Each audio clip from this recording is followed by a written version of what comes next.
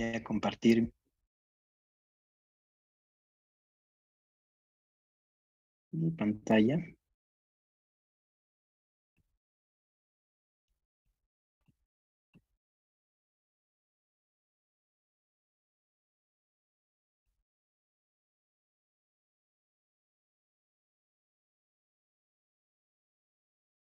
Muy bien. Bueno, pues vamos a iniciar el módulo del día de hoy. Mi nombre es Jonathan Torres, soy médico materno fetal y vamos a hablar de enfermedades que están muy relacionadas con este primer tema.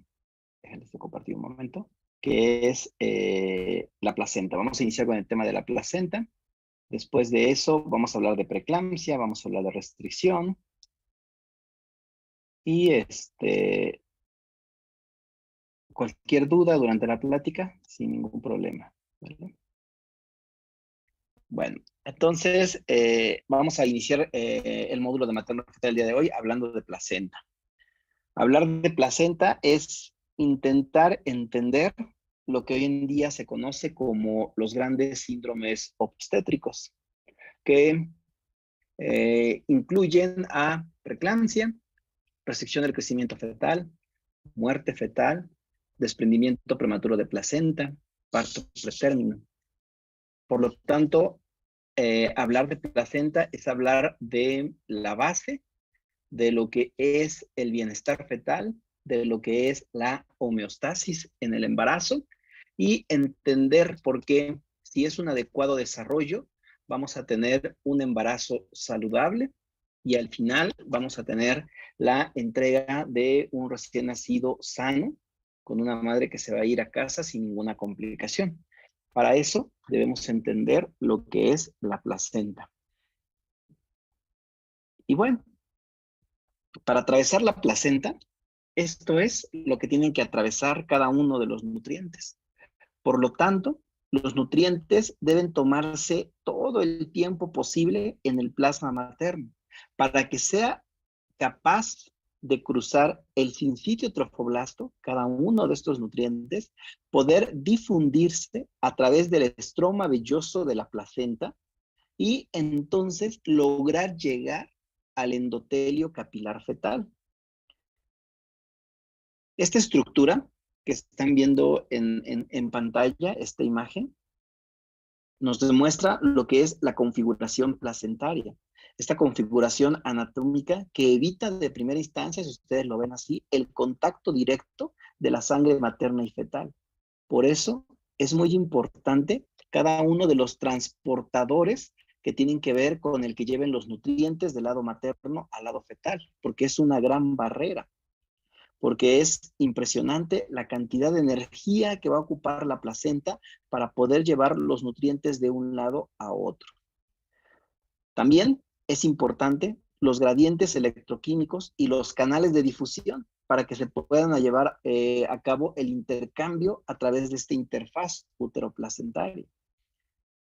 Ya les había adelantado, existen dos capas que son como membranas que van a permitir la entrada y salida de nutrientes, dos capas de vellosidades a través de las cuales los sustratos, los gases, el agua, va a pasar de la circulación materna, va a atravesar todo este grosor de la placenta para poder llegar al feto. La primer capa, la más cercana a la circulación materna, está formada por trofoblasto llamado sincitio trofoblasto, que va a recubrir a cada una de las vellosidades y que vamos a entender cómo se forman estas vellosidades y por qué el sincitio trofoblasto lo rodea y tiene una actividad muy, muy importante. El sincitio trofoblasto es el epitelio de transporte de la placenta. Aquí lo vemos ya en una imagen mucho más aumentada. Esto no es nada nuevo. Los primeros estudios en donde se logró ver la actividad de cada uno de los transportadores, la realidad de cómo pasaban de un lado a otro, fueron desde el 2004. Esta es una revisión impresionante de el trofoblasto en relación a cómo es la nutrición del lado materno hacia el lado fetal. Por lo tanto, El sincito y trofoblasto es el epitelio de transporte de la placenta. El sincito y trofoblasto va a tener dos membranas. Una membrana microvillositaria, que en la imagen vemos como MVM, que es en la zona verde, esa es la membrana microvillositaria, que está en contacto, como ya les había dicho, con el lado materno. Y una membrana basal, que está inmediatamente, que es la región, la línea negra con la región amarilla, que está muy en contacto con el capilar fetal. Por lo tanto, estas dos membranas en el sincitio trofoblasto son muy importantes.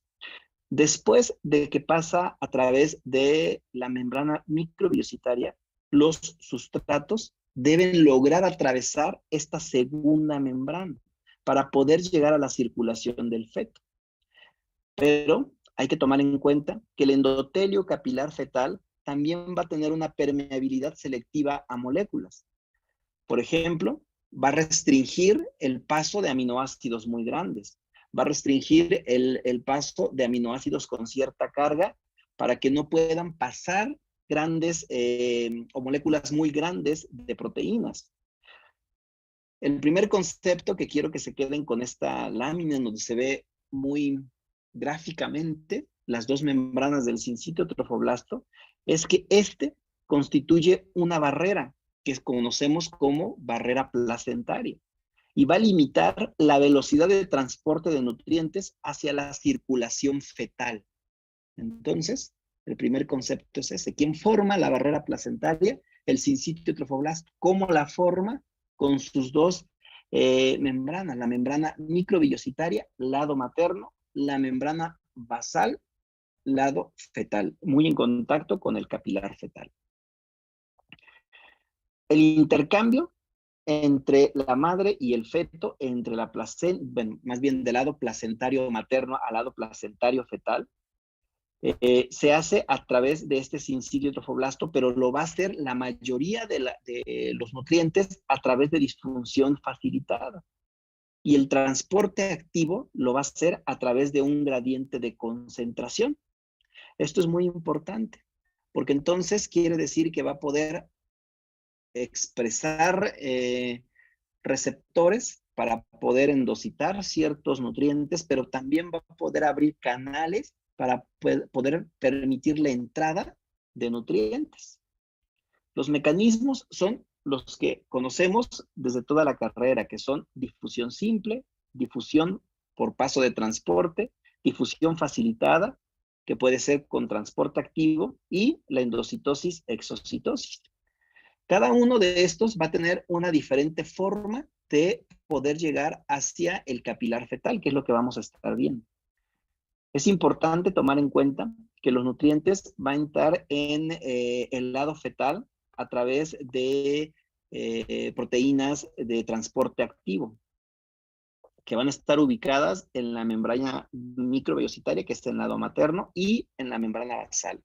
Esos mismos transportadores que se expresen en el lado materno son los mismos que se van a expresar en el lado fetal. Y es que al final es el mismo conjunto de células. Lo único que lo está haciendo diferente es que la membrana que da hacia el lado materno es la que va a captar estos nutrientes. Va a permitir su metabolismo al interior de la célula, porque necesita una gran energía la placenta, y lo que quede va a pasar hacia el capilar fetal, pero a través de los mismos transportadores. Y vamos a ver la importancia de cada uno de estos.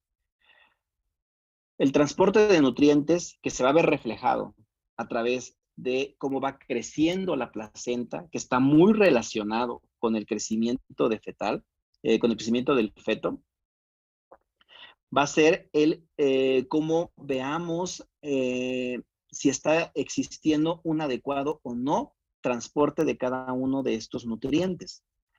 Por lo tanto, los factores adicionales para decir que sí está existiendo un transporte de nutrientes es el tamaño de la placenta, la morfología de la placenta, cómo se observa si existen múltiples calcificaciones, si existen zonas de infarto, si existen zonas avasculares, y la capacidad o no de tener transportadores activos.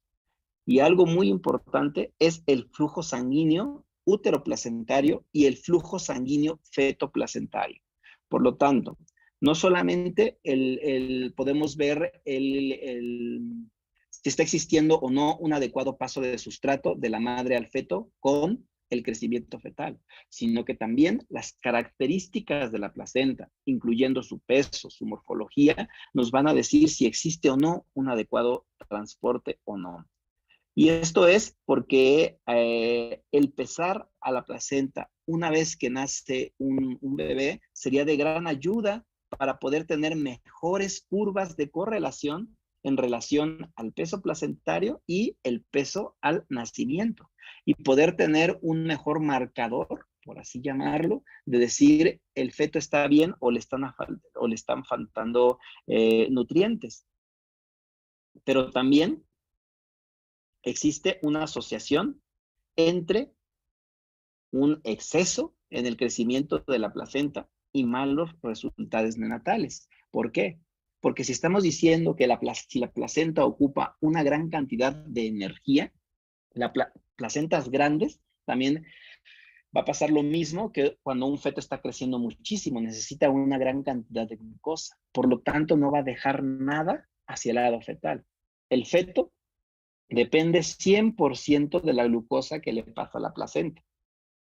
No tiene por qué tener su propia producción de glucosa. Sin embargo, si estamos teniendo una placenta grande, requiere mayor energía, requiere mayor glucólisis.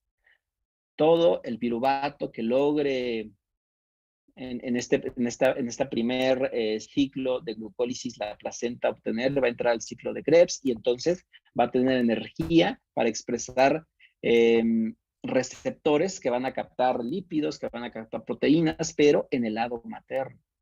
Todo se lo está quedando porque es una placenta muy grande.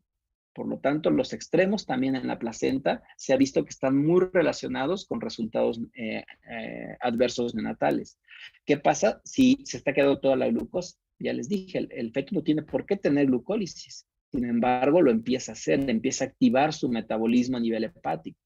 Y entonces empieza a cambiar su metabolismo a un metabolismo anaerobio. Y entonces tenemos todo el estrés que ocasiona el que esté teniendo su propia producción de glucosa. Es importante tomar en cuenta que un marcador de la eficiencia del transportador de nutrientes de la placenta es la relación que existe con el peso, como ya se los había dicho. Esta proporción se ve alterada relacionado con el peso de la placenta. Si tenemos menor peso placentario, vamos a tener un advento adverso neonatal porque esa placenta estuvo sometida a un estado de hipoxia prolongado. Pero si tenemos una placenta muy grande, vamos a tener también un resultado adverso neonatal, porque esa placenta estuvo en un metabolismo activo que ocupó muchísima energía por el tamaño placentario. Entonces, el segundo concepto es que una placenta que pesa menos y una placenta con mayor al percentil 90 están muy relacionadas a una disminución en la eficiencia de transportes de nutrientes de la placenta del lado materno hacia el lado fetal. La fisiopatología es completamente diferente y lo vamos a ver también. Se va y se asocia, esta correlación que ustedes ven se asocia a un aumento en las complicaciones del embarazo. Un aumento de las complicaciones del embarazo, por ejemplo, si es una placenta muy pequeña y estuvo a una hipoxia prolongada durante las 30, 32, 37 semanas que estuvo en el desarrollo esta placenta a preeclampsia o a restricción del crecimiento fetal. Una placenta muy grande la vamos a ver relacionada con hipoglucemias al nacimiento. A pesar de tener un peso adecuado al nacimiento, este recién nacido. O lo vamos a ver con hiperbilirrubinemia. O lo vamos a ver con alguna alteración metabólica que no tendría por qué tener el recién nacido, simplemente porque activó su glucólisis. Ya habíamos visto esta, pero solamente les dije que El transporte en la placenta va a llevarse a cabo por gradientes de concentración y por la expresión de receptores, y que eran los mismos que ya conocemos: difusión facilitada, endocitosis, exocitosis. Pero bueno, con respecto a los transportadores específicos de nutrientes, la capacidad de la placenta para el transporte de nutrientes se ve alterada por el cambio en el número, por el cambio en la densidad, por el cambio en la distribución o por el cambio en la actividad de los transportadores. La glucosa, los aminoácidos, los ácidos grasos libres y el colesterol son los nutrientes, son los nutrientes esenciales para que el feto tenga un crecimiento adecuado. Y cada uno de estos va a atravesar todo el sincicio trofoblasto, desde la membrana microvellositaria hasta la membrana fetal. Y cada uno de ellos son transportados por un transportador específico: los GLUT en la glucosa, los FAT para los ácidos libres, y los aminoácidos son todos aquellos que van a tener la capacidad para poder tener el intercambio a través de un gradiente de difusión por el cambio de energía en esta membrana. Pero recuerden, únicamente permite el paso de aminoácidos pequeños. Es la restricción que tiene en relación a esto. Este es un artículo que pueden descargar con el QR que están viendo en la pantalla. Es el trabajo de Jansson y Powell, en donde ellos suponen que la placenta funciona como un sensor de nutrientes, en el que las alteraciones en el transporte de nutrientes va a representar algo así como un mecanismo de control que va a emparejar la tasa de crecimiento. Esto relacionado con la disponibilidad de nutrientes en la circulación materna. ¿Qué quiere decir esto? Que va a restringir el crecimiento cuando la nutrición es limitada y va a acelerarla, o incluso puede haber un exceso cuando tenemos un incremento en los nutrientes disponibles en el plasma de la mujer embarazada. En su artículo demuestran que el transporte de aminoácidos está regulado a la baja antes del desarrollo de la restricción del crecimiento fetal. Simplemente por el hecho de tener una disminución en los nutrientes. Por lo tanto, esta teoría de Jansson y Powell apoya que la desnutrición materna afecta el suministro de nutrientes y el crecimiento fetal. Y uno pensaría que es lógico desde la primera diapositiva que vimos, ¿no? En donde les dije que dependía completamente de las concentraciones de nutrientes de sustrato que existieran en el lado materno. Pero como todo lo empírico, tenemos que demostrarlo científicamente. Entonces, en este estudio se vio que si existía disminución en los nutrientes en relación a las embarazadas, teníamos disminución de los transportadores, tanto en la membrana microvellositaria como en la membrana basal. Por el contrario, si existía una sobrenutrición, es decir, obesidad en esta persona, pero obesidad con exceso de nutrientes, incrementaban cada uno de los sistemas de transporte de proteínas, de glucosa y de ácidos grasos. Y se mantenía esa producción en exceso en la membrana basal. Así como se expresaban en la microvellositaria, recuerden este lado materno, se expresaban de la misma manera en la membrana basal. Este artículo también lo pueden descargar, les pongo los QR para que sea muy sencillo para ustedes obtenerlos, porque esto es una postura contraria, en la cual Guthrie, el autor de este artículo, sugiere que la placenta puede compensar regulando de forma ascendente o descendente la actividad del transportador en respuesta a niveles bajos o altos de sustrato. Esto, ¿qué tendría de finalidad? Aquí la pregunta es, ok, ¿cuál es la finalidad de entender esto? De que va a compensar si existe un exceso o si existe una disminución. Pues esto es de que mantiene el crecimiento fetal. Es decir, si tiene un exceso, todo se lo va a quedar la placenta y va a pasar lo necesario para el crecimiento, para el potencial genético de crecimiento del feto. Si tiene una restricción de nutrientes, va a pasar también lo necesario para que tenga una para que alcance su potencial genético de crecimiento. Pero esto solo lo podemos ver en embarazos, llamémoslo entre comillas, normales.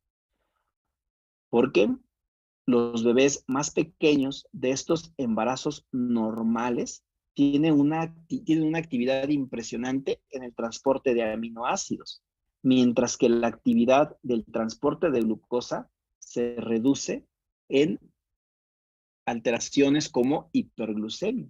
Y eso sería la compensación. Si tenemos una disminución de sustrato, pues lo que voy a hacer es utilizarla, porque la placenta, les repito, ocupa gran energía, y voy a pasarte al lado fetal lo que es más fácil de obtener, que sería la glucosa. Yo me quedo todos los demás sustratos y te paso lo que es más fácil de poder transportar, que sería la glucosa. Entonces, esto se le conoce como una regulación adaptativa, que puede proteger a la placenta y el feto a una exposición insuficiente o excesiva de nutrientes. Postura completamente diferente al trabajo previo que vimos de Jansson y Powell, en donde ellos decían que estaba muy relacionado con la nutrición o desnutrición de la embarazada. Aquí, Godfrey nos dice que no importa el estado nutricional de la embarazada, la placenta tiene la capacidad de poder compensar la disminución o el exceso de nutrientes, seleccionando de manera activa qué es lo que requiere el feto para mantener al límite inferior el crecimiento genético, el potencial genético de crecimiento al que está destinado. Ahora bien, como sabemos, la glucosa, y ya se los había dicho, es el sustrato energético primario, el cual es requerido para el crecimiento del feto y la placenta. Sabemos que la glucónesis fetal es mínima. Por lo tanto, les repito, y se los voy a decir muchas veces, el feto no tiene por qué tener activo la producción de glucosa. Tiene que depender completamente de la glucosa que le pase del lado placentario materno hacia el lado placentario fetal, que es la membrana basal que está en contacto con el capilar. Esto es muy importante. La glucosa va a pasar de la placenta, lado materno, hacia la circulación fetal a través de esta membrana basal.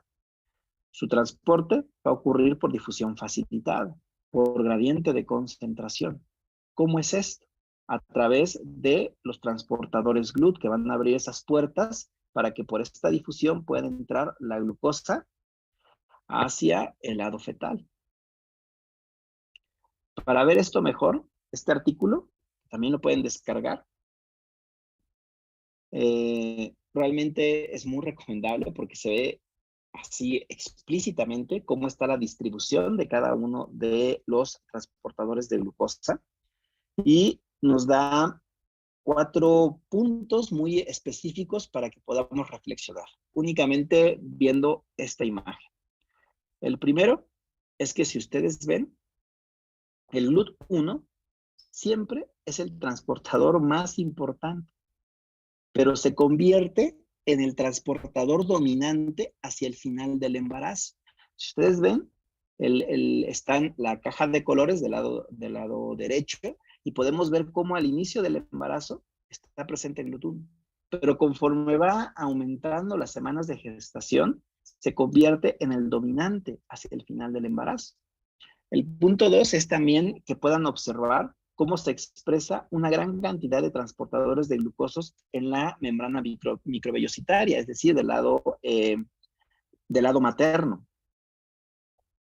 Por lo tanto, este es el artículo en el que nos empezamos a basar para decir que la glucosa ocupa una gran cantidad de energía y la obtiene a través de la glucosa, porque tiene una expresión impresionante de transportadores GLUT en su membrana microvellositaria. Y recuerden, es la membrana de la cara materna. Como punto 3, solo con analizar esta esta imagen del artículo es que existe una distribución que se puede llamar asimétrica de la expresión del GLUT1, en donde encontramos muchísima cantidad en la membrana microvellocitaria y poca cantidad en la membrana basal. Es decir, que mientras pasa mucha glucosa de la madre a la placenta, pasa poca glucosa de la placenta al feto y del feto a la placenta, porque el feto no tiene por qué producir glucosa, pero también es esta capacidad adaptativa de te voy pasando lo que vas necesitando o lo que yo no necesito porque lo ocupo para producción de energía y liberar más transportadores. ¿Cómo se entiende esto? ¿Cuáles son los argumentos que demuestran que la placenta utiliza muchísima energía?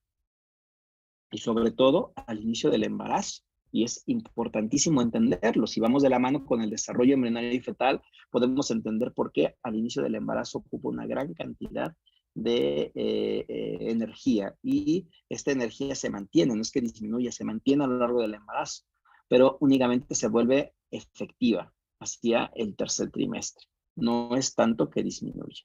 Si nosotros vemos en la imagen y nos enfocamos en los círculos rojos que representan a los GLUT3, se van a localizar principalmente en la membrana microvellocitaria del sincitio trofoblasto, que es la cara materna placentaria.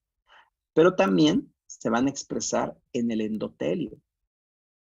Los GLUT3, si ustedes ven, disminuyen a lo largo de la gestación. Los vemos muy activos en esa membrana microvellocitaria en el primer trimestre y vemos cómo disminuyen de manera impresionante hacia el tercer trimestre. En el tercer trimestre ya está comprobado que solamente el 34% de los GLUT3 va a estar presente en el tercer trimestre. ¿Qué sucede con los GLUT4? ¿Qué relevancia tienen los GLUT4? Pues los GLUT4 recordemos que son los más sensibles a la insulina. Y si ustedes ven, solamente localicen la imagen de GLUT4 en donde los estamos viendo. En el citoplasma. Está la membrana microvellocitaria, está la membrana basal, y entre estas dos estamos viendo los GLUT4. Por lo tanto, si se localizan en el citoplasma del sincitio trofoblasto, la insulina estimula el tráfico de GLUT4 desde las vesículas intracelulares hasta la membrana basal del sincitio trofoblasto. Pero, si ustedes ven en el tercer trimestre, no se ven los GLUT4. Por lo tanto, esto sugiere que al término del embarazo tienen un papel mínimo de captación de la glucosa en la circulación materna. Y esto es muy importante. Durante mucho tiempo se dijo que los transportadores mucho más relacionados hacia el crecimiento acelerado del feto eran los GLUT4. La sorpresa es que no. Y es que está muy relacionado con todo lo que les he dicho desde el inicio, que la placenta ocupa una gran cantidad de energía y por lo tanto tiene que tener gran cantidad de glucosa. Y esa energía se mantiene, no es que disminuya a lo largo del embarazo, sigue siendo igual. Únicamente que la placenta tiene mayor territorio, únicamente que el feto va creciendo, va teniendo hipertrofia celular y entonces por eso se ve como si disminuyera esa capacidad de producción de energía que necesita la placenta. Todo esto que acabamos de decir encaja con la evidencia de que la localización del receptor de insulina va a migrar de un lado a otro.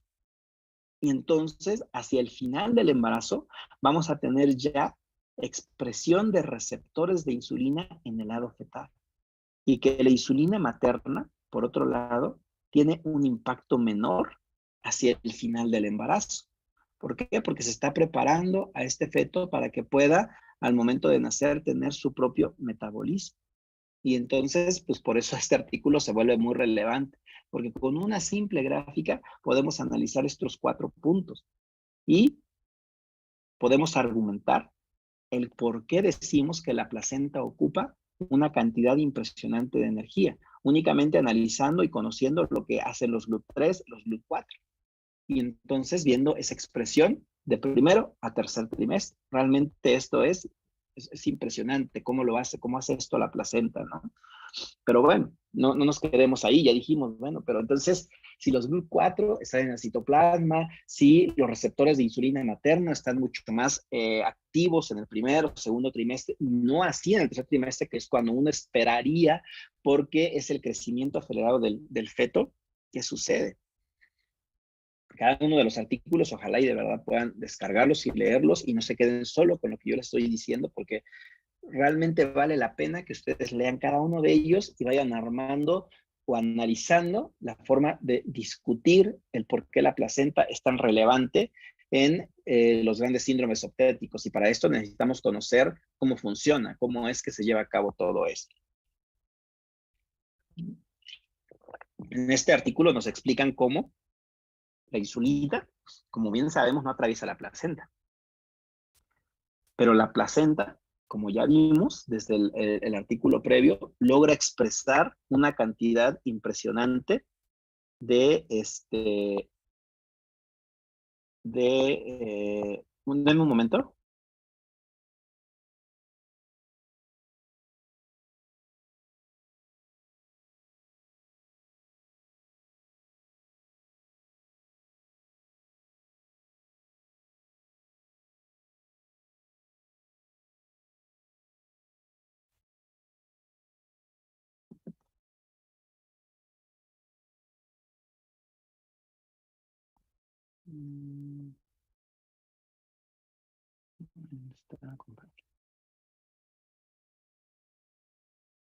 Bueno, entonces nos quedamos en que si bien la insulina no atraviesa la placenta, sí existe, como ya vimos en el artículo previo, una gran cantidad de expresión de receptores de insulina.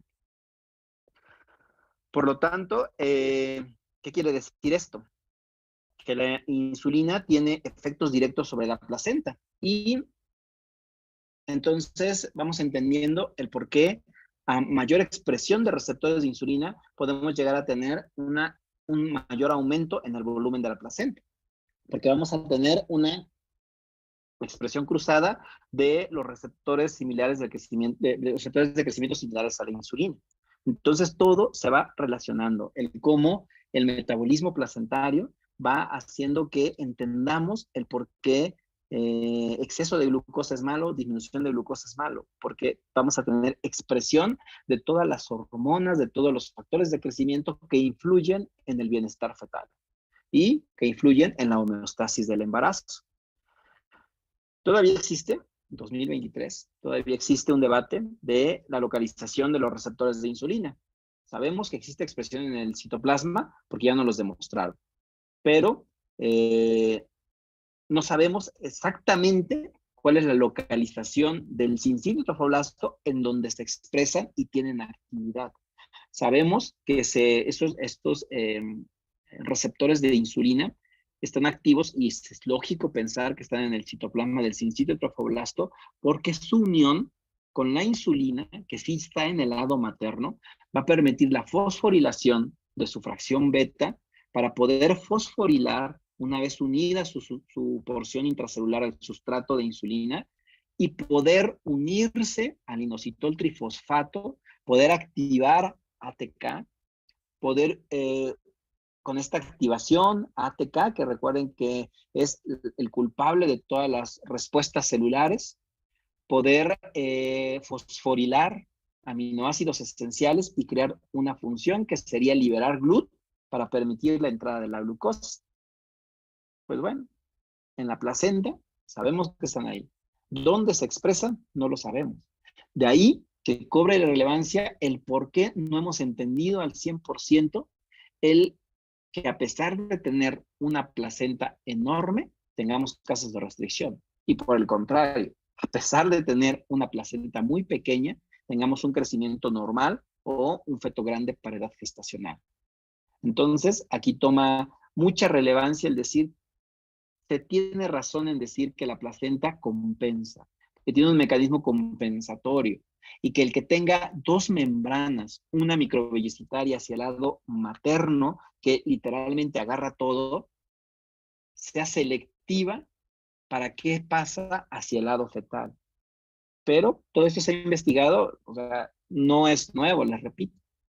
El metabolismo placentario se ha investigado desde los años 70, en donde se demostró que los receptores de insulina estaban, o existía una expresión más bien, porque la localización todavía no logramos dilucidar en dónde es, pero existía una expresión en la membrana microbiocitaria hacia el lado materno. Es por eso que es como decir, está la justificación de decir que es selectiva, que es adaptativa y que cuida la homeostasis de cómo pasar nutrientes del lado materno al lado fetal.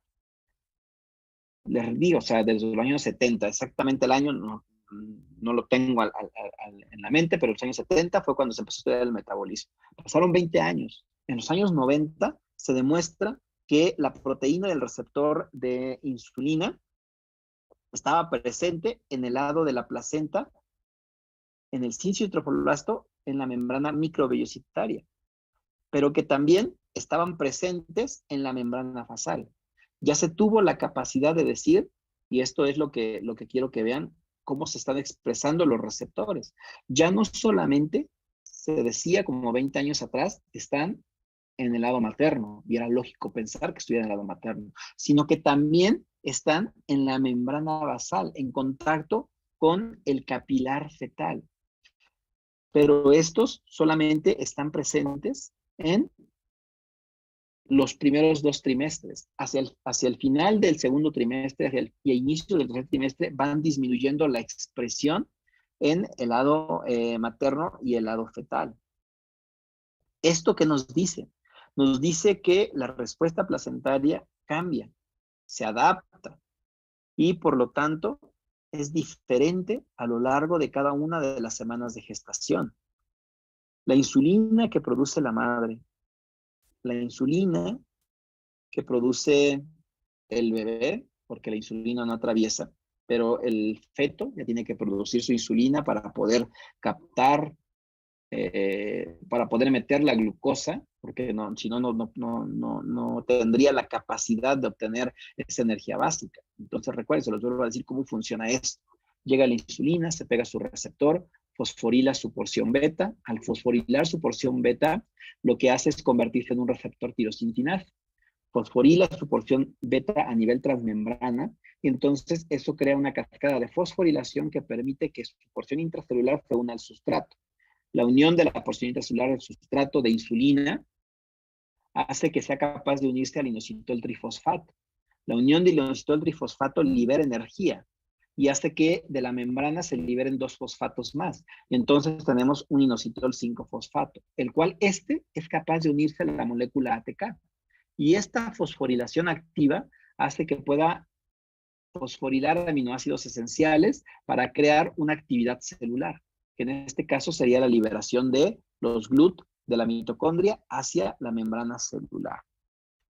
Por lo tanto, les repito, esta expresión cambia a lo largo del embarazo.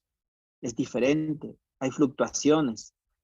Y lo más importante, nos demuestra que la insulina no pasa del lado materno hacia el lado fetal, porque es completamente la expresión en cada uno de los trimestres. Y es completamente diferente la expresión de las muestras del lado materno hacia el lado fetal. Y entonces es importante recordar lo que les había dicho hace unos minutos, el factor de crecimiento similar a la insulina, el cual es un regulador del crecimiento fetal. Este regulador del crecimiento fetal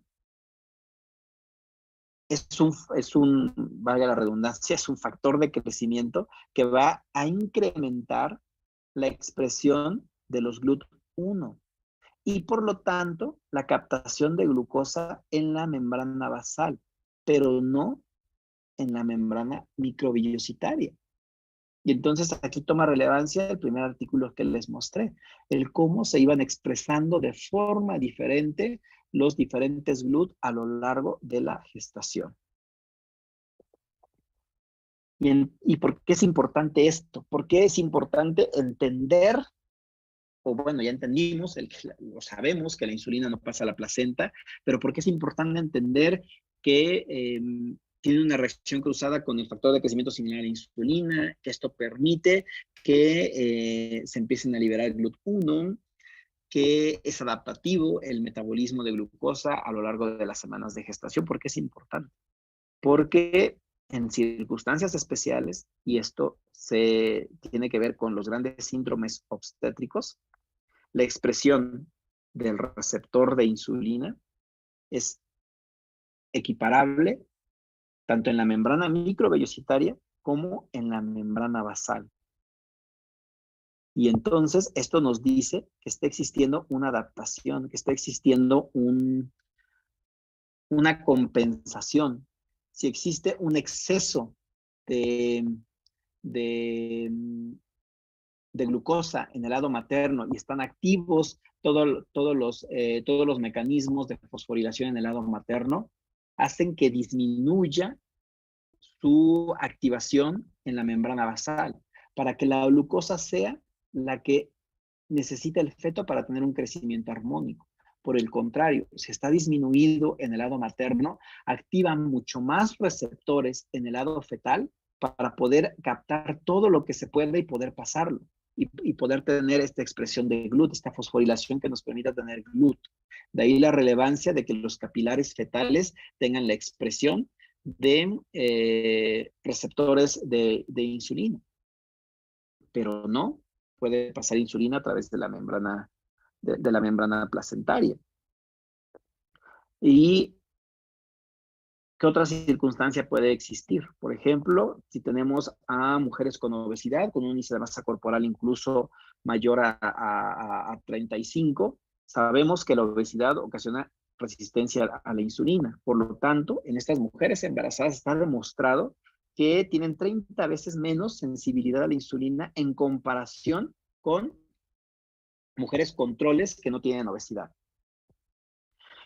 En relación a esto, ¿qué quiere decir? Que la insulina regula el transporte de glucosa, pero también la insulina va a regular la transcripción del trofoblasto y del endotelio, que es completamente diferente en el primer trimestre, pero en las células del trofoblasto a término disminuye poco a poco hasta llegar a una sensibilidad muy marcada a la insulina.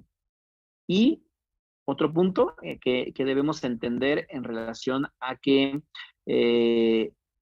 cómo se adapta esta insulina en diferentes escenarios es que la placenta puede mostrar signos de sensibilidad reducida cuando se expone a un ambiente de una mujer obesa. Entonces, es importante entender que sí, la placenta no va en una correlación directa con su crecimiento. Es decir, no tiene que ver, se descarta esa teoría de Janssen, que no tiene que ver si una placenta grande vamos a tener buenos resultados neonatales o una placenta pequeña vamos a tener malos resultados neonatales, porque la placenta tiene la capacidad de adaptarse a la cantidad de glucosa que llegue hacia el lado materno, porque va a tener la capacidad de tener la energía que requiere para los demás transportadores, pero la capacidad de expresar receptores de insulina hacia el lado de la membrana basal para poder abrir los GLUT1 hacia el lado fetal. Entonces, eso es muy, muy importante. Se ha estudiado muy bien todo esto. Ustedes ven, es impresionante cómo se logra ver la localización de cada uno de los receptores. Ha incrementado muchísimo la tecnología para poder marcar a cada proteína y poder ver cómo se está expresando en diferentes partes del trofoblasto, ¿no? Y todo esto se realiza con transcriptómica. Los cambios transcriptómicos inducidos por la insulina no se superpusieron con placentas observadas así nada más, sino que tuvieron que tener grupos controles, entre ellos mujeres obesas, entre ellos mujeres diabéticas, que tuvieran ya una alteración conocida hacia la actividad de la insulina, hacia la actividad de los receptores de insulina, y entonces ver cómo se comportaban estas placentas, saber si era idéntico el comportamiento de esta mujer diabética, de esta mujer obesa, así como lo estaba haciendo en su organismo en relación a la placenta. En este análisis transcriptómico que estamos viendo en la diapositiva, se demostró que las mujeres obesas eran 30 veces menos sensibles a la insulina que las mujeres que no tenían simplemente obesidad. Una vez más, al demostrar esto, se evidencia que la sensibilidad reduce cuando se expone a la resistencia a la insulina. Nuevamente, les repito, esto solamente es demostrar que la placenta tiene capacidad adaptativa y que va adaptándose de acuerdo al ambiente en donde se está desarrollando. No es lo mismo un ambiente obeso, un ambiente diabético, a un ambiente con un peso adecuado para la edad gestacional. Es completamente diferente. Y de ahí lo maravilloso que sea intentar entender cómo es el transporte en estas mujeres, ¿no? Y entonces, ¿qué sucede en las mujeres con diabetes? ¿Qué pasa en las mujeres con diabetes? Tenemos una mujer con diabetes, se embaraza y empieza todo esto que les he dicho que llamemos adaptación y que conocemos que existe una adaptación materna al embarazo, en donde va a existir un cambio impresionante en esta fisiología materna, que son necesarios para que pueda crecer y pueda desarrollarse el feto. Pero en un embarazo normal, al inicio del embarazo, el metabolismo materno se va a adaptar para que aumenten las reservas de energía mediante lipogénesis, mediante la captación de glucosa por ese tejido adiposo, y esto hace que a lo largo del embarazo, de forma fisiológica y normal, tengamos un aumento en la sensibilidad a la insulina en el lado materno. Eso es completamente normal y eso lo sabemos en el embarazo y sabemos que así ocurre. Hay un aumento en la sensibilidad a la insulina. Cuando termina el segundo trimestre, que era lo que les había dicho, las hormonas placentarias inducen resistencia a la insulina. Esto, como primer punto, aumenta la producción de glucosa y como segundo, activa las reservas de grasa de la madre. Por lo tanto, se incrementa la liberación de glucosa, la liberación de ácidos grasos hacia la circulación materna. ¿Cuál es el resultado de esto? Mayor disponibilidad para el transporte placentario para el crecimiento fetal. Durante un embarazo normal, como lo estamos viendo, las células beta del páncreas van a tener una hiperplasia, que también ya la conocemos. Las células se van a hipertrofiar. Esto para poder cumplir con esas exigencias de un órgano que necesita muchísima energía, para cumplir esas exigencias metabólicas de la placenta. La glucosa en sangre va a ir incrementando de forma gradual. Por lo tanto, disminuye la sensibilidad a la insulina. Después del embarazo, las células beta, la glucosa en sangre y la sensibilidad a la insulina van a volver completamente a la normalidad. Y eso es lo que estamos viendo. Un embarazo normal tiene esa capacidad de tener hiperplasia de células beta pancreáticas, de tener un aumento en la sensibilidad a la insulina en los primeros 2 trimestres, cambiarlo a una resistencia a la insulina con disminución de la sensibilidad a la insulina. Y eso es completamente normal. ¿Qué sucede en las mujeres con diabetes gestacional? En mujeres que no se adaptan a este metabolismo normal. Las células beta no logran compensar las demandas del embarazo. Y esto, combinado con una menor sensibilidad de la insulina, resulta en hiperglucemia. Recuerden que debe haber aumento de la sensibilidad. Aquí no lo hay. Por lo tanto, ¿cuál es la manifestación? Hiperglucemia. Si esta hiperglucemia continúa a lo largo de todo el embarazo, llegamos a finalizar el embarazo, las células beta, la glucosa en sangre y la sensibilidad a la insulina no va a ser de que regresen a la normalidad, como en un embarazo normal, sino que esta hiperplasia compensatoria de las células beta pancreáticas en la madre, que tiene una adaptación normal, porque es normal esto que está sucediendo, pero no tiene esa capacidad para tener un aumento acorde a la sensibilidad a insulina y entonces ocurre hiperglucemia, falla.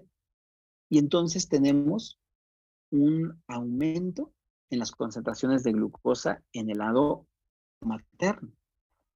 La hiperinsulinemia materna es una característica común en los embarazos de mujeres que tienen un índice de masa corporal mayor a 30, en mujeres con obesidad, pero también es característico en mujeres que desarrollan diabetes gestacional. Por lo tanto, estas mujeres son un candidato prometedor para poder todavía explicar mejor e incluso, ¿por qué no?, llegar a donde realmente se expresan los receptores de insulina. Hasta hoy solo decimos en el citoplasma del sincitio trofoblasto. ¿Dónde? El citoplasma del sincitio trofoblasto es impresionante. Si nos metemos ahí, vamos a encontrar miles de lugares donde podría expresarse los receptores de insulina. Y este es un punto importante. Son grandes candidatas porque tienen una hiperglucemia que no está adaptándose a esa sensibilidad que debe ir a la par. Entonces, pudiera explicarnos gran parte de lo que es el metabolismo en diabetes gestacional, encontrar una forma de poder predecir diabetes gestacional de forma temprana, de poder intervenir para que la mujer que salió con mayor riesgo de diabetes gestacional no la desarrolle. Dentro del citoplasma se han visto relacionados en consecuencia a esto los receptores cannabinoides, que están muy estudiados en pacientes diabéticos, pero no así en mujeres que desarrollan diabetes gestacional. Por lo tanto, es un grupo en donde la investigación puede voltear y puede tener grandes preguntas de investigación. ¿Qué pasa con los aminoácidos? Los aminoácidos juegan un papel fundamental en el desarrollo de los tejidos, los órganos fetales. Las concentraciones plasmáticas de la mayoría de los aminoácidos son mucho más altas en la circulación fetal en comparación con la circulación materna, que era lo que les estaba hablando desde el inicio, ¿no? La placenta ocupa gran cantidad de energía que lo obtiene fácil de la glucosa porque va a activar receptores en la membrana basal para poder pasar ácidos grasos y aminoácidos. La placenta, como lo estamos viendo, tiene una gran cantidad de transportadores que van a permitir que proteínas puedan transportar aminoácidos del lado materno hacia el lado fetal. Por lo tanto, va a haber mucho más transportadores en el lado fetal que en el lado materno. La placenta no solamente transporta estos aminoácidos al feto, sino que los va a producir y también va a utilizarlos de forma selectiva. Esto es muy importante porque entra otra vez el mecanismo adaptativo, el mecanismo que mantiene la homeostasis. Si estamos viendo que necesita glucosa el feto y hay poca, le deja pasar glucosa y empieza a obtener energía a través de la vía de los aminoácidos, que en los grandes síndromes obstétricos vamos a ver que esto, si continúa a lo largo del embarazo, es dañino para esta mujer embarazada. Pero en este artículo podemos ver cómo se activan cada uno de los sistemas del transporte de aminoácidos y cómo es que se logra ver que hay mayor actividad en el lado fetal, mucho más que en el lado materno.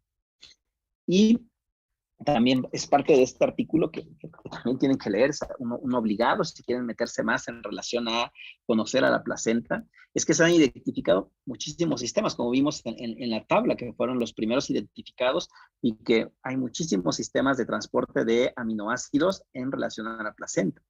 Cada transportador es altamente específico, pero diferentes transportadores tienen la capacidad de transportar lo mismo, es decir, tienen una especificidad superpuesta del sustrato, en este caso del aminoácido, es decir, diferentes sistemas tienen la capacidad de pasar el mismo aminoácido. Esto compensa la actividad de que si está activo un transportador o no. porque tiene la capacidad de poder meter ese tipo de aminoácido. Y entonces, en relación a esto, se han logrado clasificar a los transportadores de aminoácidos placentarios en dos clases principales y que tienen mucho que ver con el transporte activo de aminoácidos, que son el sistema dependiente de sodio, el cual permite la entrada de aminoácidos y conduce a una mayor concentración de estos en la célula, y transportadores independientes de sodio. Esto quiere decir que la placenta, por sí solo, solamente decir hay transportadores dependientes de sodio e independientes de sodio, expresa más de 15 transportadores de aminoácidos, y que cada uno es responsable de la captación de varios aminoácidos diferentes. Estos dos sistemas ya en conjunto se denominan el sistema A y el sistema L. Pero recuerden que a pesar de que sean dos sistemas dependientes de sodio e independientes de sodio completamente diferentes, tienen la capacidad de compensar y de poder transportar la misma proteína, el mismo aminoácido.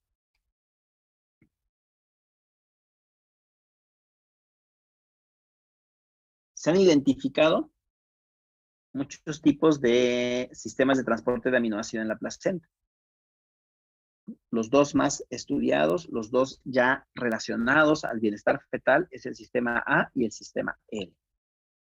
Cada transportador es específico, pero tiene la capacidad para poder transportar aminoácidos y compensar el si no se está activando un transportador o no. El sincitio trofoblasto, por lo tanto, va a tener la capacidad, o más bien es la clave para la regulación del transporte de aminoácidos. O sea, si tenemos la expresión de transportadores del sistema L, del sistema A, vamos a tener un adecuado transporte de aminoácidos a través del sincitio trofoblasto, el cual va a incluir la entrada de aminoácidos aniónicos, catiónicos, a través de la membrana microvellositaria, y dependiendo qué es lo que va requiriendo el feto, la expresión de receptores o de sistemas en el lado fetal para poder pasarlos y poder tener este crecimiento armónico y proporcionado. Y si nosotros vemos, el peso tanto de la placenta como del feto están muy relacionados con la actividad de los sistemas de aminoácidos que están muy activos en la placenta, que son el A y el L. Esto significa que si uno está activo, si uno tiene mucha actividad, logra compensar la falta de actividad del otro.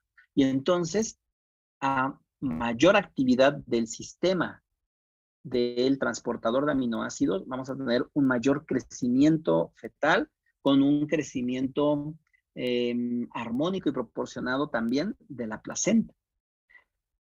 Completamente diferente en si el feto está creciendo mucho, si el feto está creciendo con restricción, o si tenemos un aumento acelerado del abdomen, que es lo que más se relaciona con el peso fetal, o una disminución acelerada del abdomen. Está muy de la mano con la actividad de los sistemas A y L, que son los más estudiados.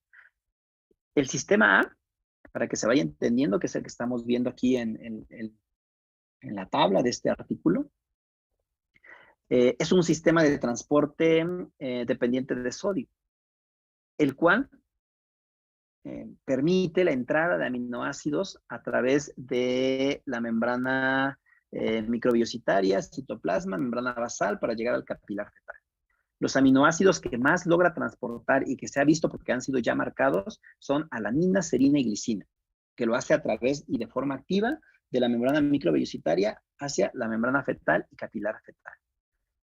¿Qué quiere decir esto? Que la actividad del sistema A está presente tanto en el lado materno como en el lado fetal, y que la actividad del sistema A estimula a la producción de insulina, estimula a el factor de crecimiento similar a insulina, estimula la respuesta inflamatoria a nivel de sincitio trofoblasto al activar a interleucina 6.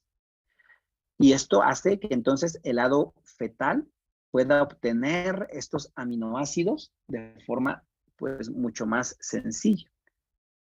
El sistema L es el independiente de sodio. Recuerden que son los grandes sistemas, dependiente de sodio o independiente de sodio. El L es independiente de sodio para el transporte de aminoácidos, el cual va a transportar de forma selectiva leucina, por eso se le llama sistema L.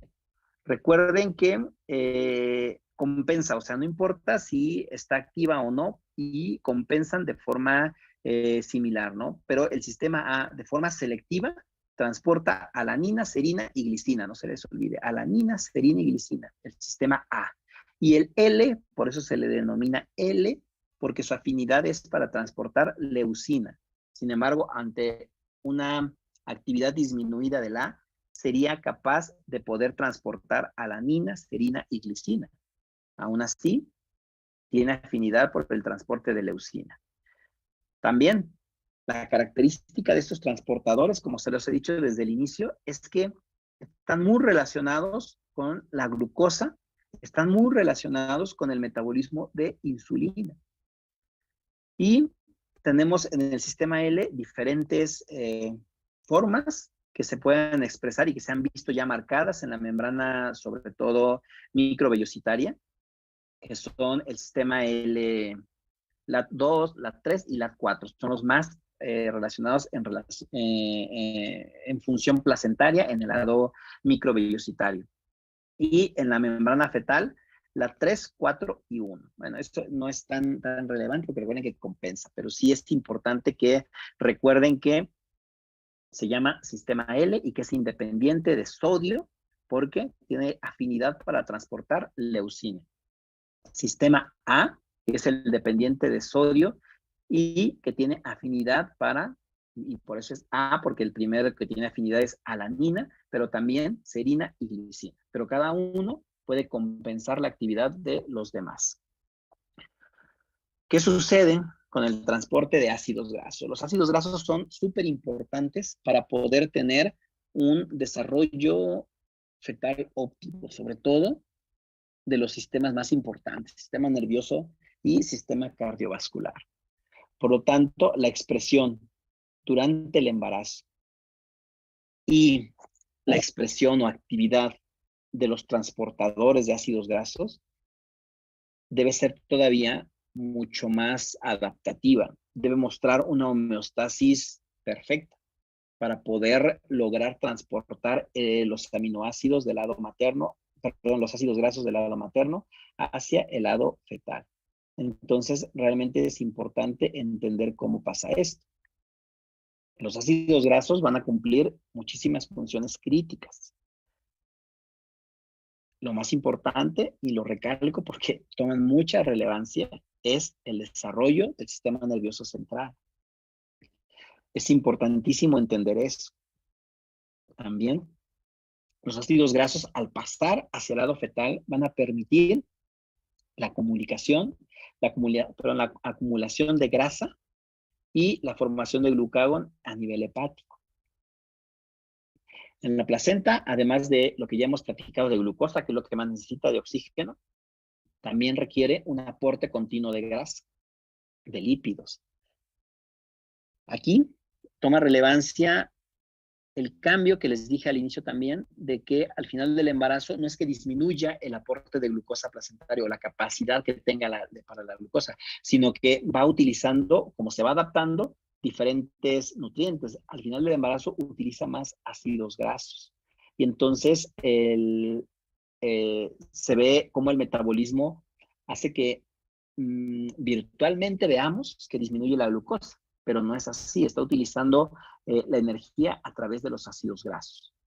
Existen receptores proximales a nivel del sincitio trofoblasto que van a permitir la transcripción de receptores esteroideos en la placenta.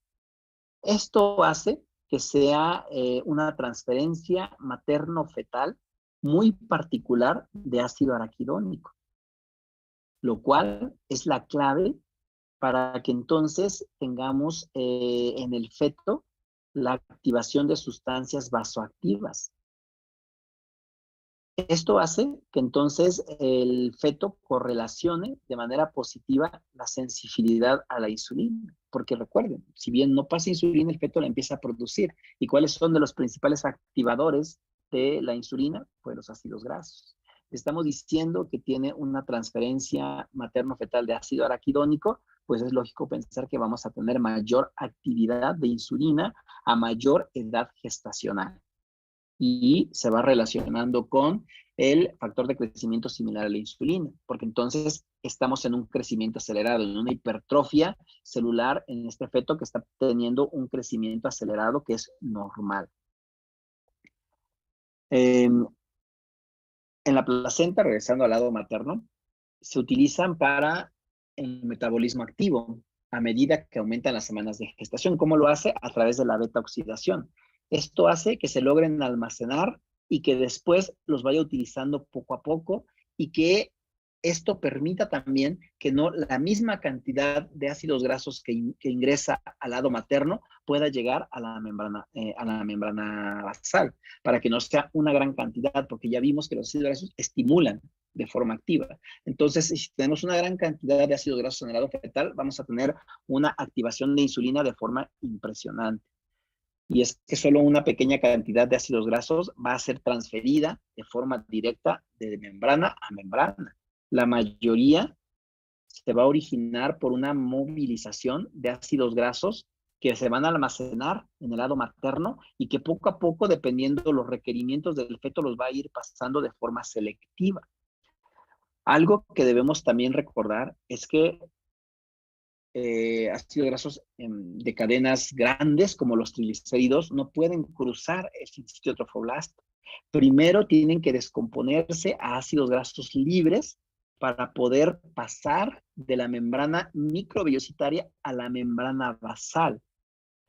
Los triglicéridos que van en la circulación materna va a llegar a través de las arterias espirales del útero a la zona de intercambio, que ya vimos cuál es, va a poder pasar al espacio intervelloso, el cual va a tener una actividad muy importante de las enzimas que van a permitir su degradación, como es la lipoproteína lipasa y la lipasa endotelial. Estas se van a hidrolizar y entonces van a lograr tener ligandos en las membranas celulares que van a permitir su paso para obtener energía. Y entonces entendemos que los ácidos grasos libres se van a transportar con proteínas diferentes de una forma similar a como lo hacen los aminoácidos, utilizando transportadores diferentes, pero que tienen la capacidad para poder transportarlo dependiendo los requerimientos del feto. Y entonces tenemos estos grupos de transportadores que son una expresión diferente en una mujer con peso adecuado, en una mujer obesa, en una mujer con diabetes, en una mujer con una enfermedad metabólica. Son completamente diferentes. Entonces, podemos tener proteínas de transportadores de ácidos grasos, podemos tener proteína de unión de ácidos grasos y proteínas FAB-P de unión a ácidos grasos. Sobre todo estas últimas proteínas son las que más se relacionan a esta selectividad, a esta adaptación de cambio de metabolismo, por así llamarlo, de mayor utilización de glucosa a mayor utilización de ácidos grasos hacia el final del embarazo. Y entonces esta expresión de FAT1, FAT4 se va a correlacionar con la sangre del lado materno y la sangre del cordón umbilical. Si nosotros vemos, vamos a ver cómo existe esta compensación en el espacio intervelloso, en el cincillo trofoblasto, que es donde se va a marcar esa selectividad de transportadores y cómo esa selectividad de ácidos grasos logra pasar hacia el capilar fetal. Por lo tanto, lo que logramos ver que sucede es que lo que pasa realmente al feto son fosfolípidos ya placentarios, porque pasaron por un metabolismo en el sincitio trofoblasto, porque no permitió que los triglicéridos lograran pasar la membrana placentaria, porque tuvieron una degradación por lipasas, porque a través de sus transportadores selectivos entraron al sincitrofoblasto, se metabolizaron y entonces únicamente pasaron como ácidos grasos placentarios, que son fosfolípidos placentarios, los cuales se logran ver en los capilares fetales, en toma de muestra de sangre de cordón. Entonces, es sencillo decir que el metabolismo cambia a lo largo del embarazo. Lo complicado es identificar cada uno de estos receptores, de estos mensajeros que logra mantener la homeostasis placentaria para poder equilibrar la gran cantidad de energía que requiere la placenta y poder utilizar proteínas específicas que logren llevar la cantidad exacta que necesita el feto. Eso es lo complicado, porque el feto no solamente va a depender de la cantidad de sustrato y oxígeno que le place la placenta, va a depender del ambiente en donde se está desarrollando. Y el ambiente es la embarazada y todo lo que rodea a la embarazada en su pasado presente. Es decir, desde el estilo de vida, la alimentación, la cantidad de contaminantes a los que está expuesta, el peso que va ganando a lo largo del embarazo, la nutrición que está teniendo a lo largo del embarazo y el cómo se está comportando, cómo es su estilo de vida a lo largo del embarazo. Todo eso tiene que ver en cómo se expresan los diferentes receptores o transportadores de glucosa, de proteínas y ácidos grasos que tienen un metabolismo adaptativo. Y en relación al paso de nutrientes que van a entender por qué es tan importante ver todo esto, es lo que quiero que tengan siempre presente, ¿no? La homeostasis placentaria depende de la adaptación de la placenta para poder diferenciar esa concentración materna a concentración fetal. Y lo hace con una actividad impresionante, con una utilización de energía que la vuelve muy selectiva y que hace que al inicio del embarazo tenga una gran expresión de GLUT1 para que necesite una gran cantidad de energía y que poco a poco vayan disminuyendo a lo largo del embarazo y que no disminuyan las concentraciones de glucosa que llegan, sino que se mantienen a pesar de que la placenta va creciendo y va utilizando ácidos grasos para poder activar a la insulina y poder tener esta glucólisis que la sigue manteniendo con esa gran cantidad de energía. El feto al inicio va utilizando ácidos grasos y proteínas para su desarrollo. Conforme va llegando al tercer trimestre, utiliza más glucosa. Y no es que le llegue más, es que por adaptación es lo que requiere para tener mayor hipertrofia de sus células. Eso es lo sencillo de decir. Lo difícil es entender el dónde se está expresando cada uno y cómo nos ayuda a entender el que existan diferentes transportadores de glucosa, ácidos grasos y aminoácidos que llegan al capilar fetal y que le permiten tener un crecimiento fetal armónico y proporcionado, que le permiten tener un desarrollo placentario en donde no va a existir hipoxia prolongada y liberación de sustancias que dañan a la madre. Eso es lo que hace realmente prodigioso el desarrollo placentario. Eso es lo que hace increíble el que poco a poco vayamos conociendo más de la placenta y el cómo se va desarrollando. Y el cómo es que tenemos que llegar a un desarrollo placentario que logra destruir al músculo de las arterias espirales para tener gran cantidad de sangre que tenga mayor contacto con la membrana microvillosetaria para que le dé tiempo de expresar a cada uno de sus transportadores, poder meterlos al citoplasma, entrar a diferentes metabolismos para poder seleccionar qué es lo que requiere el feto y poder llevarlo hacia el lado fetal. Eso es la comunicación materno-placentaria. La comunicación materno-placentaria es entender el cómo. Un segundito. el cómo pasa cada uno de los nutrientes y el cómo mantiene esa homeostasis materno-placentaria. ¿Cómo se llevó a cabo esta comunicación? Primero quise exponerles el cómo es el metabolismo de la glucosa a nivel placentario, cómo lo es de aminoácidos y ácidos grasos, y cómo es su correlación en lo que conocemos como medicina translacional. Primero vimos lo básico de entender en dónde están activos, que hay muchos que no sabemos dónde están activos, y ahora cómo lo pasamos a la clínica, qué relevancia tiene la clínica. Por eso puse de ejemplo a mujeres obesas, a mujeres diabéticas. Pero sí hay muchos ejemplos de diferentes enfermedades metabólicas.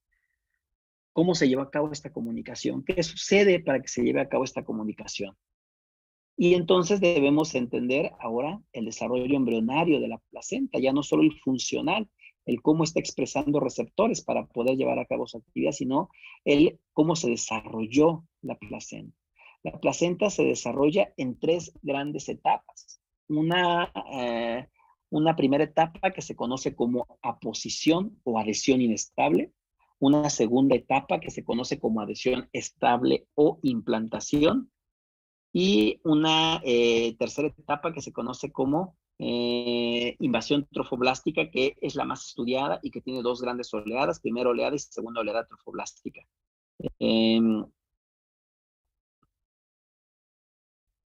Y entonces vamos a ver cada uno de ellos. Una vez que se une el espermatozoide con el óvulo y que esta fecundación tarda 24 horas, un día completo, ese cigoto en formación empieza su segmentación y empieza esa segmentación y a rodar a través de la trompa uterina. Al ir rodando a través de la trompa uterina e irse segmentando, va adquiriendo líquido. Y ese líquido poco a poco va haciendo que se dividan 2 grandes formas celulares. Unas células externas que son más grandes y unas células internas que son más pequeñas. Al 4.º día, es decir, fecundación un día, 2 días tarda en transportarse por toda la trompa uterina y al 4.º día, como mórula, ingresa a la cavidad uterina. Al ingresar a la cavidad uterina, sigue rodando, sigue rodando, sigue rodando. Y entonces empieza a meter más líquido, porque en el endometrio funcional, o como lo conocemos como decidua, hay mucho mayor cantidad de líquido, más que en la trompa. Entonces empieza a llenarse de más líquido. Al llenarse de más líquido, se logra evidenciar una cavidad que conocemos en el desarrollo embrionario como cavidad del blastocisto. Ya no es mórula, ahora es cavidad del blastocisto. Y la masa celular interna, que son células pequeñas, la masa celular interna, que es el blastocisto, recibe el primer golpe morfogenético para iniciar el desarrollo embrionario, que es la compactación. La compactación es porque literal es un golpe de agua que hace que se active el gen iniciador del desarrollo embrionario, que es el gen nano. Por eso se compactan, se comprimen. Las células externas, que son las que están permitiendo la entrada del líquido, no permiten la compactación. Por lo tanto, las células externas no expresan el gen iniciador del desarrollo, el gen iniciador del desarrollo embrionario, que es el gen nano.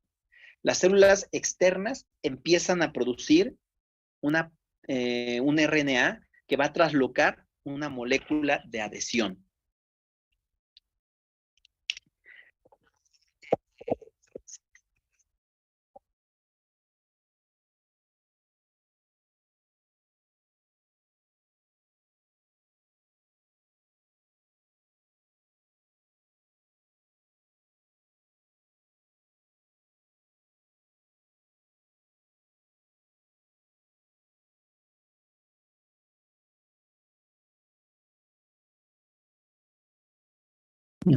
Llega el calcio, activa cada uno de los dominios de la caderina y eso hace que el RNA trasloque otra caderina.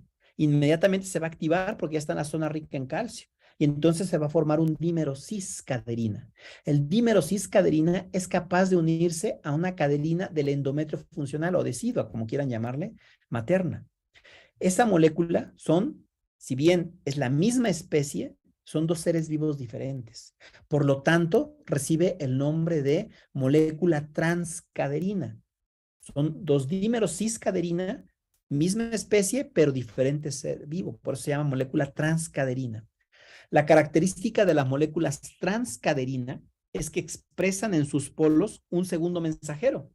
Ese segundo mensajero es triptófano. El triptófano, como segundo mensajero, lo que va a hacer es que en las células externas active el gen del desarrollo placentario. El gen del desarrollo placentario es CDX2. CDX2 lo que hace es dividir dos líneas celulares en la placenta, en el trofoblasto, que es el citotrofoblasto y el sincitio trofoblasto. Entonces, la adhesión inestable o aposición inicia 4 días después de la fecundación, cuando ingresa la mórula a la cavidad uterina. Rueda 2 días, día quinto, día sexto. Esos 2 días se va llenando de líquido y ahora se denomina blastocisto, y también la cavidad del blastocisto. El blastocisto, que es la masa celular interna, se compacta porque se llena de líquido. La compactación hace que se active el gen iniciador del desarrollo embrionario, nano. Las células externas no se compactan, por lo tanto no expresan nano, pero tienen que reconocer cuál es la zona más rica en electrolitos. Al llegar a la zona más rica en electrolitos, empiezan a traslocar un RNA, una proteína a través de un RNA mensajero que es una molécula de caderina. Una ciscaderina se activa, cada uno de sus 5 dominios se activa con calcio. Al unirse con otra molécula ciscaderina se forma un dímero ciscaderina. Un dímero ciscaderina es capaz de unirse a una caderina del endometrio funcional materno. Esta molécula transcaderina, porque es misma especie pero diferente ser vivo, libera un segundo mensajero que es el triptófano. El triptófano, ahora sí, en las células externas, activa al gen iniciador del desarrollo placentario, que es CDX2. Triptófano activa CDX2. CDX2 activa el trofoblasto en 2 líneas celulares, citotrofoblasto y sincitio trofoblasto. Esto inicia 7 días después de la fecundación. 7 días después de la fecundación. 7 días después de la fecundación, el desarrollo placentario inicia y empieza a liberar factores de crecimiento. 7 días después de la fecundación. Empieza a liberar factor de crecimiento placentario, factor de crecimiento endotelial, gonadotropina coriónica, proteína plasmática tipo A asociada al embarazo. La proteína plasmática tipo A asociada al embarazo cobra mucha relevancia en estas primeras 3 semanas porque es la primer metaloproteasa. Una metaloproteasa es una molécula de degradación que lo que degrada es la matriz extracelular. Bueno, la proteína plasmática tiene esa capacidad, degrada la matriz extracelular. Al momento en que se dividen 2 líneas celulares del trofoblasto, citotrofoblasto y sincitiotrofoblasto, inician las actividades del sincitiotrofoblasto. Primero, el citotrofoblasto se considera que es la parte funcional de la placenta. Se considera que es la parte funcional porque durante todo el desarrollo placentario no pierde su actividad mitótica. Pero el sincitiotrofoblasto tiene 3 actividades que son importantísimas para que el cito continúe con su actividad mitótica. La primera actividad es una actividad de migración. El sincitiotrofoblasto va a migrar desde la decidua superficial a la decidua profunda. Una vez que llega a la decidua profunda y que está acercándose a los vasos sanguíneos de esa decidua profunda, termina la posición, ya terminó de adherirse. Por eso se llama adhesión inestable, porque está mediada por caderinas y dependen de los electrolitos, de calcio sobre todo. Bueno, la segunda función del sincitiotrofoblasto es una función endocrina, porque empieza a liberar factores de crecimiento y hormonas. Y la tercera función es endotelial, que poco a poco la va a ir desarrollando a lo largo del crecimiento placentario. Una vez que llega a la decidua profunda, es como si recibiera un cambio en ese RNA y empezara a traslocar otro tipo de proteínas. Moléculas de adhesión que ya no son caderinas, que ya no son dependientes de calcio, moléculas de adhesión que son más hacia proteínas G, que son más estables, que son integrinas. Esa es la primera diferencia entre la implantación y la adhesión, que está mediada por moléculas de adhesión de tipo integrinas, que son moléculas, que son proteínas tipo G. La segunda es que inicia esa liberación de factores de crecimiento, pero son capaces de llegar hacia la membrana, hacia la adhesiva profunda, perdón, y en la adhesiva profunda existe una gran cantidad de células NK. La respuesta de la actividad migratoria del sincitio trofoblasto, que es como si fuera un leucocito, como han visto un videos de leucocitos cómo van con eso, como si fueran unos tentáculos, intentando reconocer qué es lo extraño y poder endocitarlo. Así se ve el crecimiento de, perdón, la actividad migratoria del sincitio trofoblasto, como si fuera un leucocito. Con esos tentáculos llegando de la adhesiva superficial a la adhesiva profunda. La estimulación del sincitio trofoblasto en la adhesiva profunda más la estimulación de los factores de crecimiento y factores hormonales en la adhesiva profunda activa a las células NK. Las células NK van a iniciar una respuesta inflamatoria cuyo objetivo no solamente es liberar interleucina 6, interleucina 10, factor de necrosis tumoral, sino que empiezan a producir metaloproteasas, sobre todo metaloproteasa tipo 9. ¿Esto qué quiere decir? Que ya no solo la proteína plasmática es la única metaloproteasa, es la primera metaloproteasa, sino que ya se suman metaloproteasas como resultado de una respuesta inflamatoria. Esas metaloproteasas tienen mucho mayor actividad a la matriz extracelular y van a permitir que entonces ya no solamente se quede en la membrana basal, sino que la función migratoria, como lo estamos viendo, del sincitio trofoblasto, logre llegar a los vasos sanguíneos de la decidua profunda. Toca los vasos sanguíneos por primera vez. La implantación se lleva a cabo de la semana 3 a la semana 7. La adhesión se lleva a cabo 7 días después de la fecundación, o sea, al final de la primera semana hasta el final de la segunda semana. Prácticamente una semana dura la adhesión. La implantación dura más. Desde este final de la segunda semana, inicio de la tercera semana, hasta la séptima semana. Dura 4 semanas. 4 semanas le tarda en poder activar de forma correcta esta respuesta inflamatoria, poder cambiar las moléculas de adhesión de caderinas a integrinas, continuar con esa actividad endocrina del sincitio trofoblasto, continuar con esa actividad migratoria para poder estimular células NK, modular la respuesta inflamatoria placentaria y entonces metaloproteasas, sobre todo tipo 9, degradar la matriz extracelular y entonces el sincitio trofoblasto logre llegar a los vasos sanguíneos de la adhesiva profunda. Detrás de la migración de el sincitio trofoblasto va la actividad mitótica del citotrofoblasto. Al irse dividiendo el citotrofoblasto va formando las vellosidades coriales. Y entonces, hasta la implantación tenemos las vellosidades primarias y las vellosidades secundarias, que es cuando llega y toca estos vasos sanguíneos de la adhesiva profunda. ¿Hasta cuándo se forman las vellosidades primarias y secundarias? Desde finales de la segunda semana hasta finales de la séptima semana de gestación. Es un gran desarrollo que se va llevando a cabo. Llegamos a la semana 8.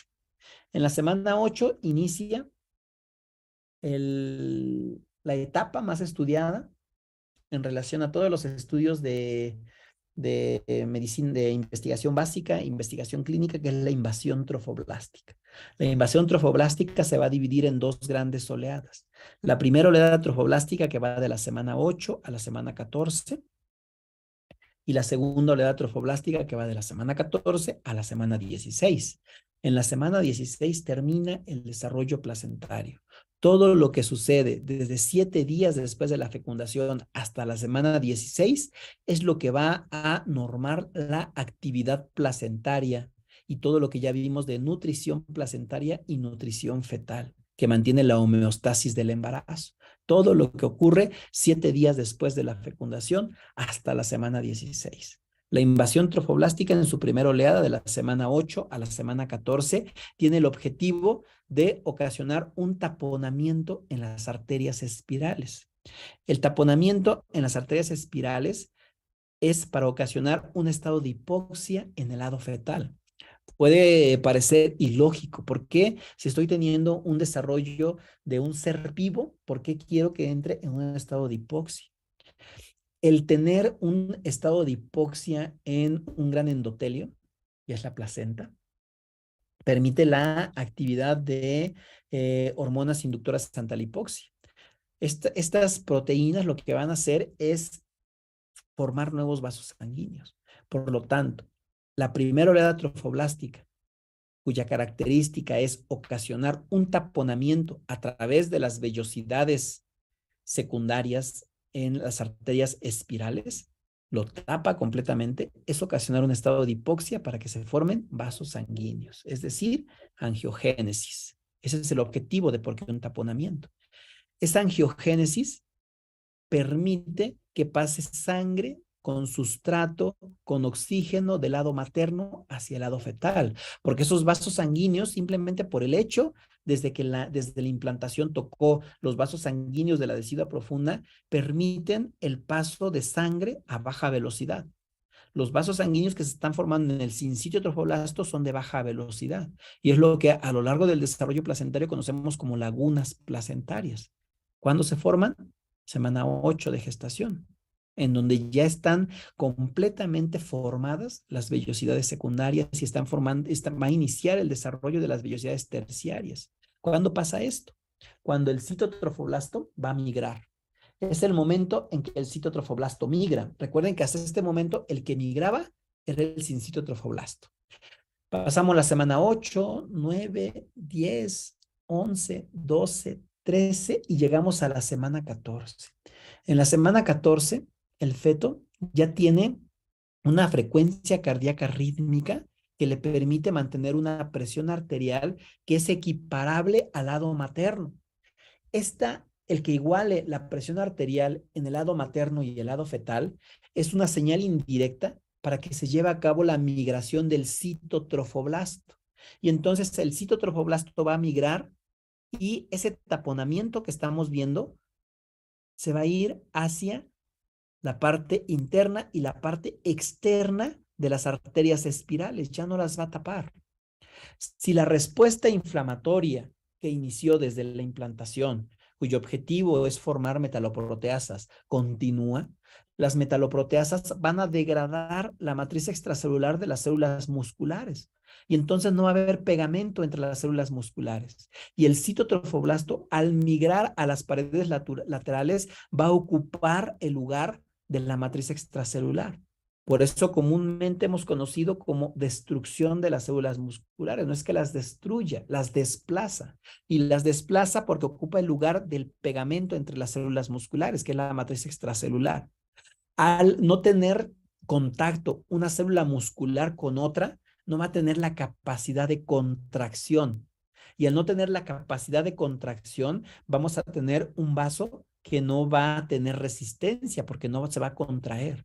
Un vaso que va a tener alto flujo porque va a pasar lenta la sangre y va a permitir un contacto mucho mayor de sangre en el lado materno.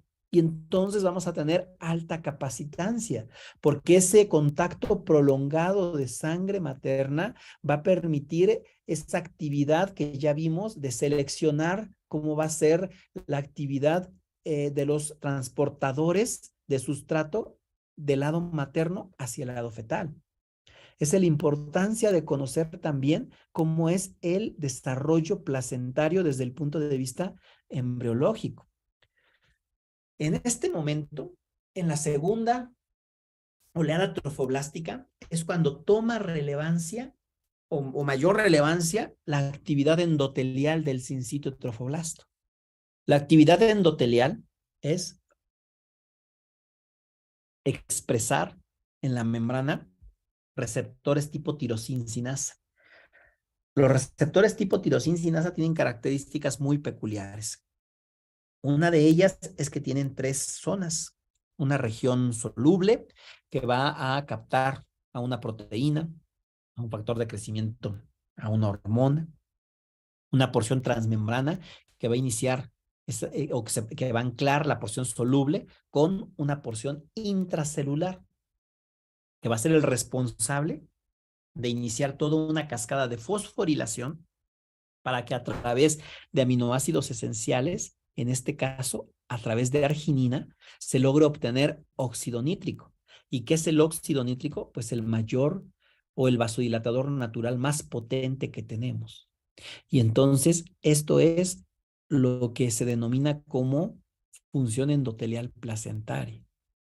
El producto final es la liberación de óxido nítrico para poder mantener esa vasodilatación y no solamente sea por esa respuesta inflamatoria que degradó la matriz extracelular, sino que el óxido nítrico permita esa vasodilatación sostenida para que se tenga mayor contacto con la sangre materna. ¿Cómo lo hace? Capta el factor de crecimiento placentario, el factor de crecimiento endotelial, el factor de crecimiento transformante.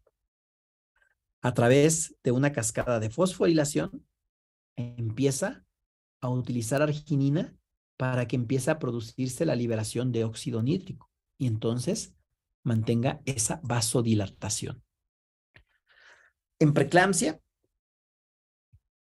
por poner un ejemplo, así como lo hicimos en obesidad y diabetes, en preeclampsia, por 3 razones, no se lleva a cabo o no se cierra esta comunicación materno-placentaria, porque la placenta no tenga la capacidad de invadir de forma correcta, porque el endometrio no tenga la capacidad de recibir de forma correcta, o porque exista algo que dañe el desarrollo placentario. Y entonces ese taponamiento que vimos en la primera oleada trofoblástica sea constante, no logre migrar el citotrofoblasto.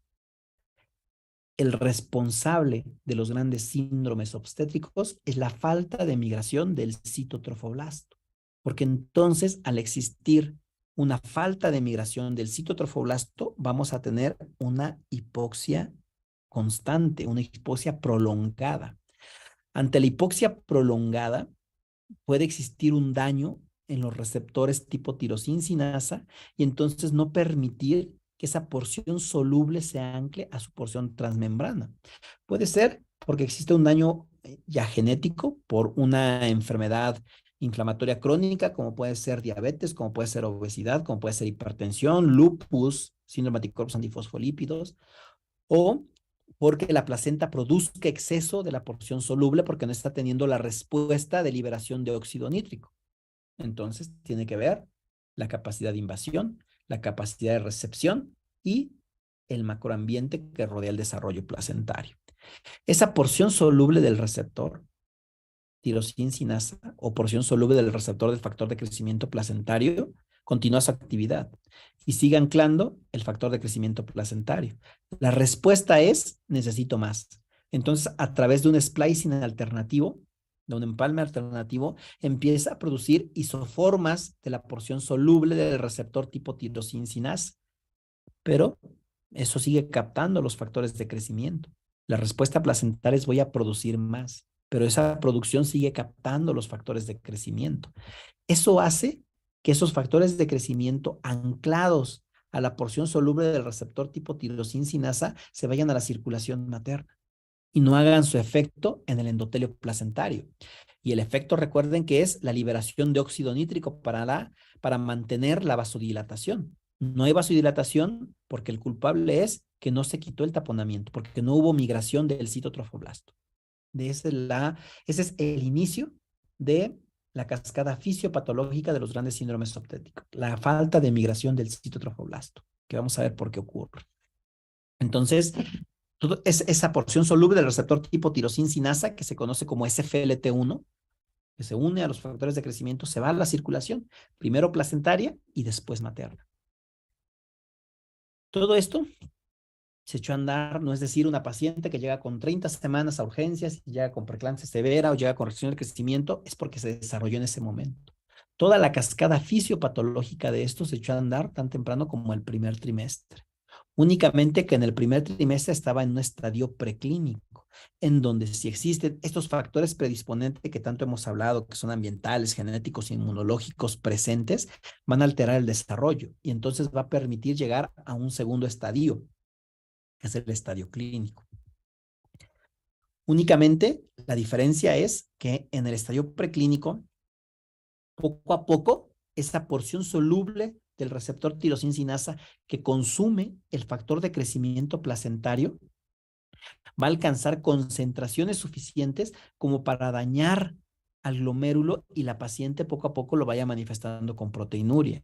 Esa porción soluble del receptor tirosina va a alcanzar una concentración suficiente como para ocasionar microangiopatía periférica y la paciente lo manifieste como hipertensión. Esa porción soluble que está consumiendo factor de crecimiento transformante tipo beta y que la unión semeja endoglina soluble, más la endoglina soluble que empieza a liberar la mujer embarazada porque está entrando en un estado de hipoxia, no es en suficiente concentración en este estadio preclínico como para ocasionar hipoxia en el hepatocito, llevarlo a necrosis del hepatocito y se manifieste como elevación de enzimas hepáticas. Pero toda esta cascada fisiopatológica se echó a andar tan temprano como el primer trimestre, como pudo ser 7 días después de la fecundación en la posición o adhesión, como pudo ser tercera, cuarta, quinta, sexta, séptima semana en la implantación, o como pudo ser en la más estudiada, que es de la semana 8 a la 14, en la primera oleada trofoblástica, en donde la falta de migración del citotrofoblasto desencadena la fisiopatología e historia natural de los grandes síndromes obstétricos. Les hablé de preeclampsia porque es lo que más conocemos y lo que más se ha estudiado, pero los grandes síndromes obstétricos están relacionados con todo esto. No solo eso, si estamos diciendo que la falta de migración del citotrofoblasto ocasiona un taponamiento prolongado de las arterias espirales, hace que exista una disminución del flujo sanguíneo. Al disminuir el flujo sanguíneo, pues no va a haber contacto prolongado de la sangre materna. Por lo tanto, vamos a tener una disminución de oxígeno y glucosa. Esta disminución de oxígeno y glucosa se ve manifestada como una hipoxia primero en el lado materno. La placenta es un órgano que se va a defender. Por lo tanto, va a intentar retener la mayor cantidad de oxígeno y glucosa porque necesita energía para seguir funcionando. Esa hipoxia va a llegar al lado fetal y el feto va a tener una respuesta adrenérgica. Respuesta adrenérgica que primero le va a dañar el riñón y entonces va a tener una disminución del filtrado glomerular, que lo podemos ver por un ultrasonido, y entonces el feto va a tener oligohidramnios. Va a tener una afectación a nivel hepático y entonces vamos a tener lo que es un incremento de la glucogenólisis. Recuerden que el feto no tiene por qué producir su glucosa. Fue uno de los puntos importantes que les dije al inicio. El feto no tiene por qué producir su glucosa. Si lo está haciendo es porque alteró su metabolismo. Y entonces al incrementar su glucogenólisis va a empezar a disminuir su diámetro abdominal, porque el glucagón que utiliza es el que se acumuló a través de los ácidos grasos que empezaron a pasar a nivel hepático. Y entonces empieza a perder peso. Al cambiar su metabolismo, al empezar a producir su propia glucosa y a poder obtener su propia energía, no es capaz de catalizar tanto piruvato hacia el ciclo de Krebs. Y entonces el exceso de piruvato tiene que buscar vías de metabolismo. Y entonces empieza a utilizar la vía del ácido láctico y empieza a producir lactato, el cual es muy afín a las células musculares. Y entonces el feto se deja de mover. Pero ese lactato no solamente es afín al músculo estriado, es afín a los cardiomiocitos y le empieza a ocasionar al feto isquemia cardíaca, que si no diagnosticamos de forma oportuna, vamos a dejar que el feto siga la historia natural de una falla diastólica, una falla sistólica y muerte fetal. El resultado es una restricción severa del crecimiento fetal. Todo por una falta de migración del citotrofoblasto, que no está permitiendo un contacto prolongado de la sangre materna en la membrana microvellositaria. Por lo tanto, por más que intenten adaptarse los transportadores de aminoácidos y ácidos grasos, no son capaces de obtener la energía suficiente para poder decidir, para poder tener la capacidad de discernir qué cantidad van a pasar hacia el lado fetal. Esto cobra mucha relevancia en el tercer trimestre porque recuerden que no es que disminuya la utilización de glucosa en el lado placentario. Sigue siendo la misma, únicamente la placenta creció. Pero en el lado fetal se vuelve relevante. Necesita glucosa, no la tiene. Empieza a producir su propia glucosa e inicia la cascada que nos va a llevar a la historia natural de óbito o a la historia natural de restricción del crecimiento fetal. Todo por una falta de migración del citotrofoblasto y por no tener la capacidad de adaptación por esta misma falta de migración de poder decidir qué transportador es activo y qué no a nivel placentario. Hasta este momento, no sé si tengan alguna duda, alguna pregunta. Yo sé que son muchos conceptos, espero que se vaya entendiendo lo mejor posible, sino para poder pasar al siguiente tema, si no hay ninguna duda.